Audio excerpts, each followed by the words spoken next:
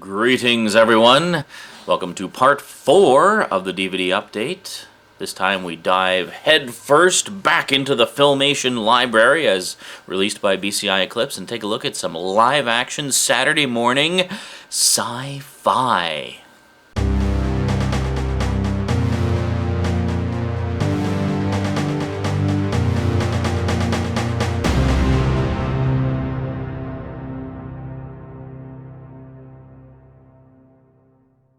Welcome back. Wow, I was really excited when I heard they were putting all these shows out, especially the first one and the last one, because I remembered them from when I was a kid. Now, BCI Eclipse, as you know, was, until recently, putting out the Filmation library. Now, what a lot of people may not know is Filmation didn't just do cartoons. They also did a lot of live-action stuff, especially in the 70s, mainly. They did primarily cartoons, but in the 70s they experimented with live-action and did some pretty cool stuff. They did things like The Secrets of Isis, they did Shazam, which most people remember, and a whole bunch of things. And they did the original Ghostbusters, actually. Yeah, did you know that? There was a Ghostbusters series in the 70s, live-action, sort of a tongue-in-cheek comedy series about two bumbling guys who would catch ghosts with the assistance of a talking ape. You know, just like in the movie. Yeah, so interesting little side note, the Ghostbusters TV series originally debuted in 1974 or 75, I believe. It was early 70s anyway. So when the Ghostbusters movie that we all know and love came out in 1984, they got sued for ripping off the name. Yeah, even though in the original one it was Ghostbusters, like two separate words, and the movie was Ghostbusters, one word. So anyway, there was a bit of a stink about that, and that's actually why when the cartoon came out, the real Ghostbusters, that's why it was called The Real Ghostbusters, because at the same time, the same year, Filmation was doing another Ghostbusters series of their own, based on loosely based on the old live-action show. So, nice little bit of trivia for you. Eventually I will get the old Filmation Ghostbusters shows as well, and we'll talk about it a little more. I'm also planning to get the real Ghostbusters, as most of you know. But that's not what we're here to talk about today. We're here to talk about some of Filmation's forays into science fiction for Saturday morning television. Now this is not by any means hard sci-fi. It's very much light sci-fi, or soft sci-fi, basically geared towards younger viewers. Now, does that mean it has absolutely no entertainment value whatsoever for adults? Of course not. This is Filmation we're talking about. Their stuff is always awesome, especially if you grew up with it. So first, we have Ark II, the complete series. Now, this originally came out in, actually it tells you right here, September 1976, which means when I first saw it, I would have been 4 years old. The funny thing is, I actually remember this show. Very vaguely. I remembered it as being that cool show with the guy with the beard and the cool like outer space RV. So it was the show with the guy with the beard and the truck. So I was really excited to hear that the show with the guy with the beard and the truck was coming out on DVD, because I could see it again for the first time in 30 years. And does it hold up? Well, honestly, I can't even begin to tell you, because I don't really remember anything else about it from when I was a kid. I just remember I used to watch it all the time, and I liked it, so I picked it up for nostalgic purposes. Definitely geared towards little kids. This is kind of described as the lighter side of the apocalypse. Now, in terms of the storyline, it's actually quite relevant today as far as subject matter goes, because the general story goes that mankind was horrible to the earth, and because of man's abuse of the environment and whatnot, the world was destroyed. So now it's up to this intrepid band of nerdy scientist kids and this guy who I think is their dad. I don't know. Anyway, I haven't watched very much of it, so it's up to them in their super cool space age RV to roam the countryside and bring enlightenment to the survivors. Well, and they also have a talking monkey. Did I mention the talking monkey? Yeah, they have a talking monkey. So, it's good, wholesome, cheesy 70s sci-fi fun. which, you know, for younger viewers, I think would definitely still hold some entertainment value. Older viewers may be rolling their eyes quite a bit, but it's fun. I like it. I've enjoyed what I've seen of it since getting the DVD set. So let's take a quick look inside. It's just basically 2 slim packs, and on the covers you have, oh, this is actually discs 3 and 4, but anyway, so they have the RV, and they also have this cool sort of like all-terrain vehicle that they can dispatch from the RV. And there's the guy with the beard, whose character's name is Jonah, and Adam, the talking chimp. So this basically just gives you a basic breakdown of the discs. And there you go. And there you go. Okay, so then inside, once again, we have some pretty nice.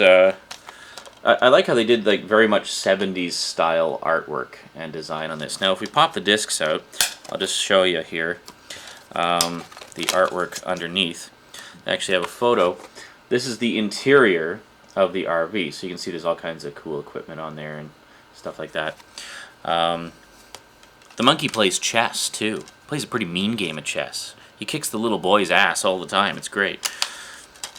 So we got that, and then the second one. Just spin them around. There we go. So once again, sort of nice 70s style artwork. We're big fans of 70s sci-fi here. The cheesier, the better. So this is like right up our alley. So a little bit more of the interior of the RV. And there you go. So that's basically it in a nutshell. And then, of course, also you have the booklet, which gives you the episode guide and breakdown of all of the stuff. So there's actually a better look at some of the concept designs and such to give you some idea of the size. Now, this RV thing was actually built full size. So that was not a model. That was an actual functional prop, and same with the little all-terrain vehicle thing that they'd use to explore around a little bit more. And then you got a breakdown, and it's once again your standard sort of layout. You got episode summaries and trivia, and then on the back you have a breakdown of all the special features. One thing that's really cool about these live action show DVD sets that they did was they actually had reunions of as much of the cast, of the surviving cast and crew and whatnot, as they could find, and did little documentaries about them and interviews with them, and there's commentaries and all kinds of stuff. So if you're a fan of these old shows, it's definitely worth picking up, because they really, you know, gave it the deluxe treatment. Ark II was only 15 episodes, 15 half-hour episodes, and it was quite successful and was actually rerun for a number of years, because I think the message of be good to the environment, or, you know, Earth will go kablooey, was a good message for kids, and one that remains relevant to this day. Now, the second foray into science fiction was the following year, in 1977, and this one I don't recall actually watching very much of when it was on. I don't know how I missed it, because this is the kind of thing that I would have been right into as a kid.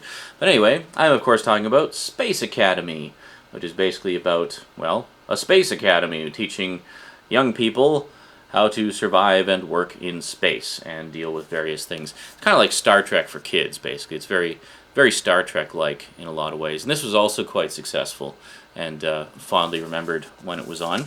So once again, just a couple of slim packs, and again, 4 discs. So if we take a look here, got discs 1 and 2. They're all so happy. It's awesome being in the Space Academy. And then they also had like a little robot, which would help them out, which is pretty cool. So there we go. Discs 3 and 4, and there you go. And of course, you probably recognize this guy if you're a sci-fi fan. This is of course Jonathan Harris from Lost in Space. A little bit of trivia for you. He also played the voice of Lucifer, who was Baltar's right-hand Cylon in the original Battlestar Galactica series. And he also has a recurring role in Ark II, interestingly enough. So then we take a look inside. Once again, we have nice artwork for the DVDs themselves, and then we have sort of a montage, or like a not montage, a collage. That's the word. I knew it was something ending in age. a collage of pictures from the show. So that's quite cool. And as with Ark II, it does have quite a lot of extras. There's some commentaries and a reunion video. They weren't able to get everybody together. Of course, Jonathan Harris passed away a few years before they even did this DVD set, so the set is actually dedicated to his memory, which was quite nice, I thought. So there we go. So we got more, once again, standard configuration, episode summaries, trivia tracks, photos, stuff like that. They got a breakdown of the cast, which is quite cool, and summary of the show and what it's all about. And then on the back, you got your special features. There's quite a lot of special features on here. So as with Ark II, Space Academy was... Oh, did I forget to... I didn't show you the second one, did I? Yeah, sorry. Here's disc 3 and 4. And if we take a look underneath that, we have another collage of pictures, which is quite nice. So as with Ark II, Space Academy was 15 half-hour episodes and ran for 1 season. And it was quite successful. I mean, it's not that they weren't successful, that these shows only ran a season. It was just that I think Filmation liked to do a variety of things, so they would often do just single seasons of shows and then go on to something else, which is cool because it means now that they have a huge variety of stuff in their library. Now this next one, which was their last, I think it was their last live-action show, actually. This one I remember vividly because I loved this show when I was a kid. Great stuff, and it was a spin-off of Space Academy, actually. So working out of a secret section of Space Academy, we have Jason of Star Command. And right off the bat, I'll say, you probably recognize the guy with the mustache. Yes, it's James Doohan, also known as Scotty from Star Trek. So very nice. He was in actually the entire first season as the commander of Star Command, which was pretty cool. And he would have been in the second season. They actually did 2 seasons of Jason of Star Command. He would have been in the second season as well, except he had to leave because they were doing a little thing called Star Trek: The Motion Picture. So he couldn't be in the second season because he had to take that year to film Star Trek, which is pretty cool. So, and then on the back, got a nice little summary and, you know, sort of breakdown of the special features. Now, Jason of Star Command is a little bit longer. It has 2 seasons, but things were structured a little bit differently for this season.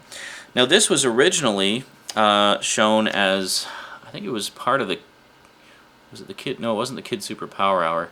Well, it was one of those like Power Hour type of shows that Filmation liked to do a lot of in the 70s and 80s. So, Jason of Star Command was basically one segment of one of those types of shows. So, Disc 1 contains all of Season 1. Season 1 was 16 episodes. My God, you're thinking, those of you who know anything about DVD encoding, how can they cram 16 episodes on a single disc without a horrible drop in quality? Well, very simply, each episode is only 11 minutes long. So it's actually the equivalent of 8 episodes, which is quite, normal for putting on a single dual-layer disc.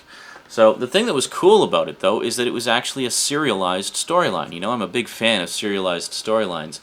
So this was a serialized storyline telling a continuing saga of Jace versus Lord Dragos, who was played by none other than Sid Haig of recent horror movie fame. He was, of course, in... that's actually him right there. A very young Sid Haig as Dragos.